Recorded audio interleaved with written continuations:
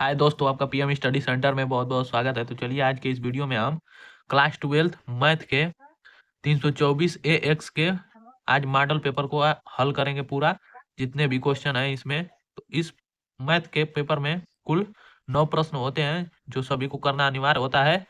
और प्रत्येक प्रश्न के प्रारंभ में स्पष्ट लिख दिया गया है कि उसके कितने खंड हल करने हैं और वह प्रश्न कितने अंक का है।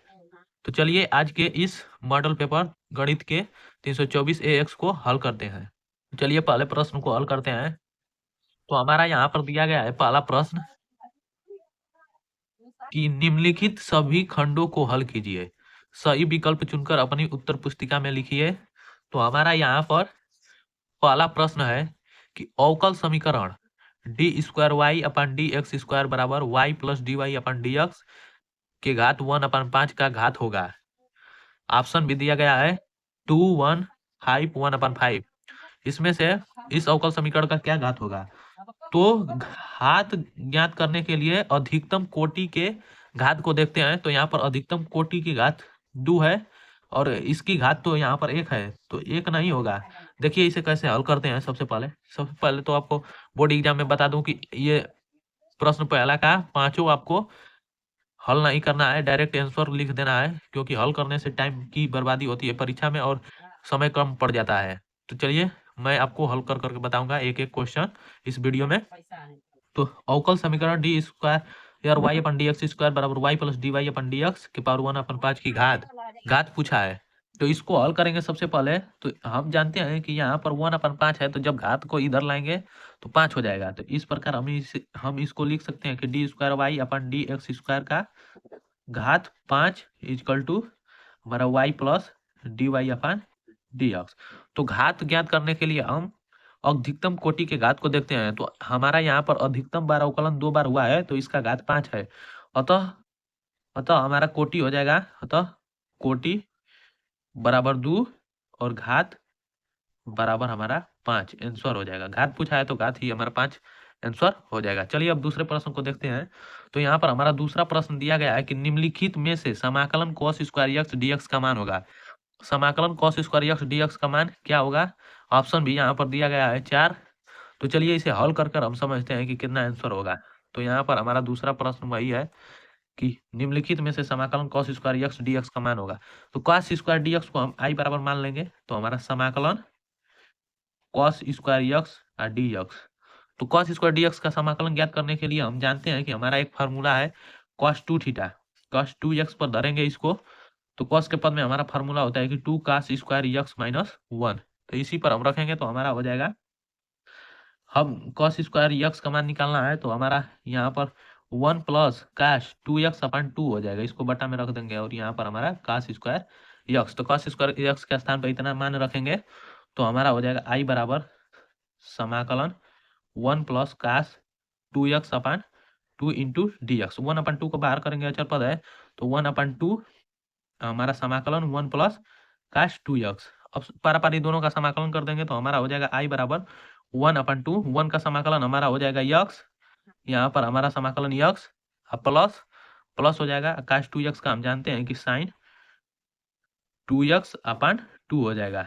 तो इस प्रकार 1/2 का गुणा हो जाएगा तो हमारा होगा x/2 प्लस 1/4 साइन 2x। अब देखेंगे ऑप्शन में कि इतना दिया है, तो यहाँ पर हमारा x/2 और 1/4 साइन 2x प्लस सी, यहाँ पर अचर पद सी। यही हो जाएगा हमारा इस प्रश्न का आंसर। तो चलिए अब अगले तीसरे प्रश्न को देखते हैं। पहला का खंड ग कि सदिश 2i cap plus j cap plus 3 cap cap और 3i cap minus 2j cap plus k cap के बीच का कोण होगा 90 अंश, 60 अंश, 30 अंश और cos इनवर्स 1/14 कितना होगा। तो चलिए इसे भी हल करते हैं। तो चलिए अब हम इस तीसरे प्रश्न को हल करते हैं कि सदिश इतना और इतना के बीच का कोण आएगा। तो इन दोनों के बीच का कोण ज्ञात करने के लिए हम एक फार्मूला जानते हैं कि cos थीटा बराबर हमारा होता है vector A dot vector B बटा के mod of vector A into mod of vector B. इतना फार्मूला होता है cos थीटा बराबर। तो ये फार्मूला यहाँ से आता है कि vector A dot vector B दोनों का अदिश गुणन करेंगे तो हमारा हो जाएगा ए बी cos थीटा। इस प्रकार cos थीटा बराबर हमारा vector A dot vector B बटा के ए बी cos थीटा। ये दोनों मापांक है दोनों का परिमाण है वेक्टर ए और वेक्टर बी का। तो चलिए यहाँ पर हम इसी फॉर्मूले पर रखेंगे। तो पहले vector A dot vector B निकालेंगे। तो हम हमारा हो जाएगा vector A dot vector B बराबर 2i cap plus j cap plus k cap 3k cap है। यहाँ पर हमारा plus 3k cap into 3i cap minus 2j cap plus k cap. अब इन दोनों का हम अदिश गुणा करेंगे। तो i का i में, j का j में और k का k में। तो ये हमारा 3 गुना के 6 प्लस माइनस हो जाएगा। यहाँ पर -2 में 1 का करेंगे तो -2 और यहाँ पर +3। तो इस प्रकार हमें vector A dot vector B मिल जाएगा। Vector A dot vector B बराबर हमारा 7 हो जाएगा। यहाँ पर हमारा 7। तो चलिए अब माड ऑफ वेक्टर ए और माड ऑफ वेक्टर बी का मान निकालेंगे। तो माड ऑफ वेक्टर ए पहले निकालेंगे। तो हमारा हो जाएगा √I1 का गुणांक का स्क्वायर। यहाँ पर हमारा वेक्टर है ये वाला है। तो हमारा I1 का गुणांक का स्क्वायर 2 का स्क्वायर प्लस 1 का स्क्वायर और प्लस 3 का स्क्वायर। इस प्रकार हमें मिल जाएगा इसका मान √4 प्लस 1 और प्लस 9। इस प्रकार हमारा यहाँ पर √14 आ गया। और इसी प्रकार अब वेक्टर बी का मापांक निकालेंगे। तो वेक्टर बी बराबर हमारा √I1 के गुणांक का स्क्वायर प्लस I2 के गुणांक जे कैप के गुणांक का स्क्वायर। तो हमारा 3 का स्क्वायर अब प्लस -2 का स्क्वायर अब प्लस 1 का स्क्वायर। तो इस प्रकार हमें मिल जाएगा √9 प्लस 4 अब प्लस 1। इस प्रकार इसका भी मान हमारा √14 आ गया। अब फार्मूले पर रख देंगे। तो हमारा हो जाएगा cos थीटा बराबर ए बी का डॉट प्रोडक्ट निकाले हैं। तो हमारा 7 आया है और बटा में माड ऑफ ए का मान 14 और माड ऑफ बी का मान का 14। तो इस प्रकार हमारा cos थीटा बराबर हो जाएगा 7/14 और इसको काट देंगे। तो हमारा हो जाएगा cos थीटा बराबर 1/2। अब cos थीटा में 1/2 किसका मान होता है? तो हम जानते हैं कि cos थीटा में 1/2 cos 60 अंश का मान होता है। तो इस प्रकार cos से cos कट जाएगा तो थीटा बराबर हमारा 60 अंश, यही हो जाएगा आंसर। अब ऑप्शन को देखेंगे तो यहाँ पर हमारा 60 अंश दिया है तो इसे टिक कर देंगे।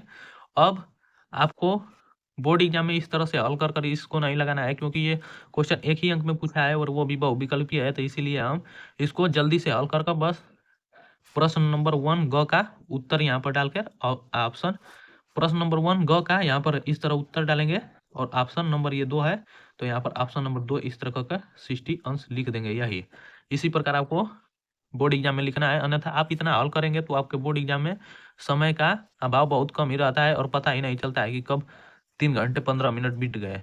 तो आप बोर्ड एग्जाम में ऐसे हल मत करिए। मैं आपको इस पेपर का पूरा प्रश्न हल कर आपको इस वीडियो में समझाने का कष्ट करूंगा। तो आप वीडियो पर बने रहें और वीडियो को लाइक शेयर और चैनल को सब्सक्राइब करना ना भूलें। तो चलिए अब घ नंबर क्वेश्चन को देखते हैं। यदि दो परिमित समुच्चय ए तथा बी में अवयव क्रमशः यम तथा यन हो तो ए से बी में कुल संबंधों की संख्या होगी। तो चलिए इसे भी इस पेपर पर हल कर समझेंगे। तो हमारा यहाँ पर घ नंबर क्वेश्चन है कि यदि दो परिमित समुच्चय ए तथा बी में अवयव क्रमशः यम तथा यन हो तो ए से बी में कुल संबंधों की संख्या।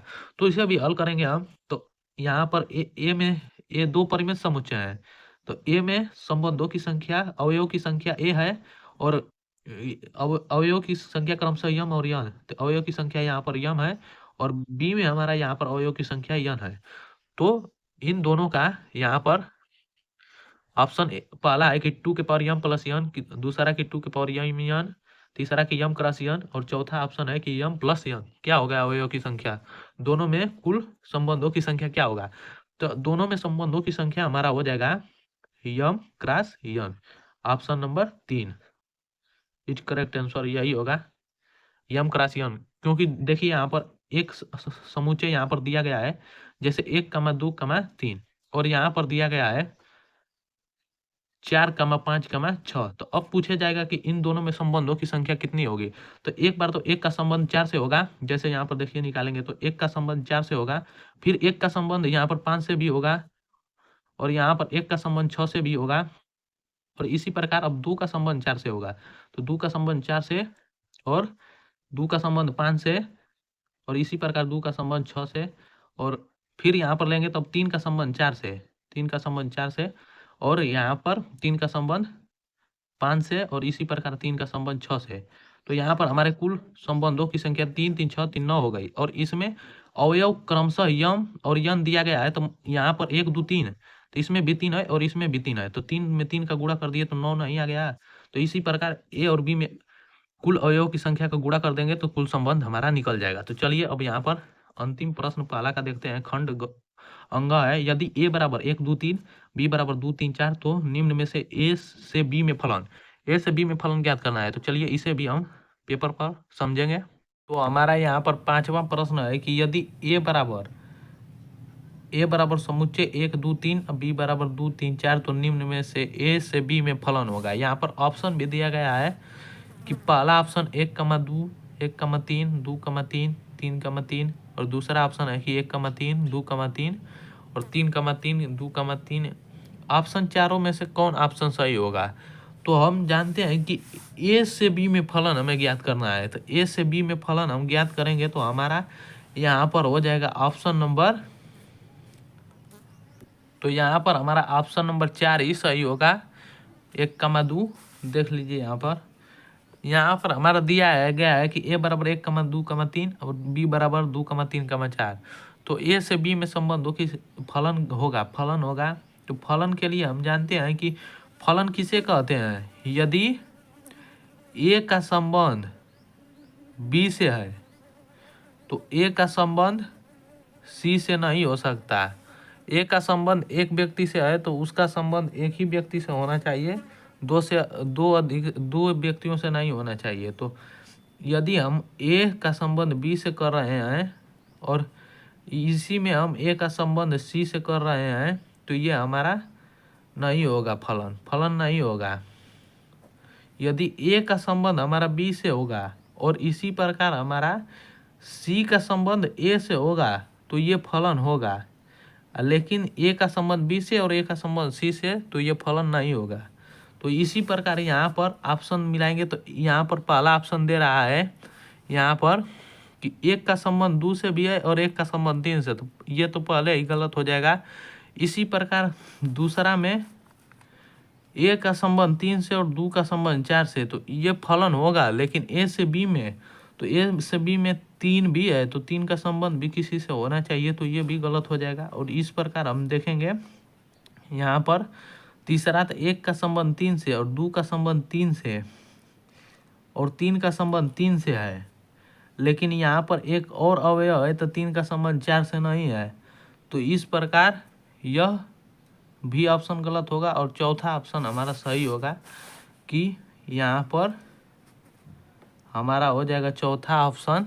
यहाँ पर देख लीजिए कि 1 का संबंध हमारा 2 से, 1 का संबंध 2 से, इसी प्रकार 2 का संबंध 3 से और 3 का संबंध 2 से और 3 का संबंध 4 से। तो ये भी ऑप्शन 3 का संबंध यहाँ पर 2 से भी है और 3 का संबंध 4 से भी है।